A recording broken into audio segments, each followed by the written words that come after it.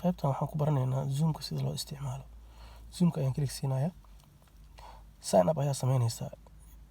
Marka waa iska register gareynaysaa waxaa magacaaga, waqtiga dhalashadaada, email address-kaaga, password-kaaga ayaa gelinaysaa. Kadib markaa iska register gareyso, sign in ayaa leedahay. Sign in ayaan sameynayaa hadda aniga. Password-ka ayaan gelinayaa.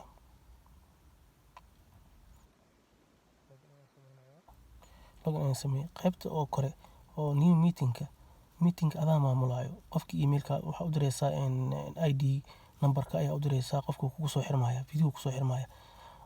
Qaybta oo aan siiyay oo new meeting-ka markaa klik siiyay waa kana number-kaas waaye, number-ka ID-ga oo qofka u dirayso waa number-kaas. Number-kaas aad u diraysaa kadib start meeting marka ayaad leedahay, meeting-ka ayaa bilaabaysaa kadib wuu kugu soo xirmaa. Hadda aan start meeting ayaan leeyahay, waa bilaabay. Unable to access camera ma geli karo leeyahay, okay dheh. Microphone-ka inaad isticmaasho direct sidoo kale klik okay dheh. Waa kana meeting-ka waa bilaabay. Qofka wuu kugu soo xirmaya. Qaybta join-ka waa kuu soo hartay. Join-ka waxaa waaye adaa ka qayb galay, ID-giisa kuu soo diray, waa ka qayb galaysaa, adaa join aa sameynaysaa.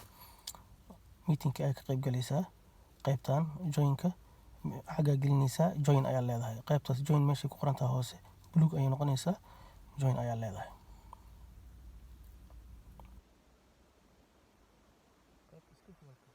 Schedule-ka waxaa waaye waqtigoo meeting-ka bilaabanayo ayaad maaragtay ku set up gareynaysaa duration-ka intuu soconayo, maaragtay waqti ilaa waqtiguu soconayaa, time zone-ka meeshaa joogtid magaalada ayaad maaragtay dooranaysaa. Qaybta setting-ka hoose klik haddaan siiyo, qaybta kore oo magacayga ku qoran yahay haddaan klik siiyo, waxaad dooran kartaa photo, sawir ayaad dooran kartaa. Picture ayaad dooran kartaa sawirkaaga from the album-ka aad klik siinaysaa haddaa rabtid. Qaybta display name-ka magacaa ku soo geli lahayd, hadda aniga Maxamed Xaashi igu qoran, magacaa rabtaa ka dhiganaysaa, waa bedeli kartaa haddaa rabtid. Qaybta update password-ka kuu soo hartay, password-ka iska bedeli kartaa.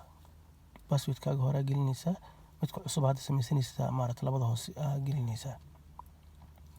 Qaybta password-ka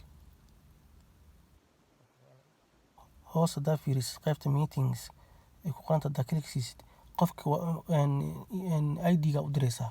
ID-ga waa kaasaa, send invitation ayaa leedahay. Laba siyaabood baa lagu diraa, in by message aad ugu dirtid, inaad copy dhahdid oo qofka u dirtid. Labadaas bay waa sameyn kartaa. Hadda marka sign out ayaan sameynaya, setting-ka ayaan tagaya, sign out ayaan leeyahay. Cashirkeen intaas ayaan kusoo koobayaa. Assalaamu calaykum waraxmatullaahi wabarakaatuh.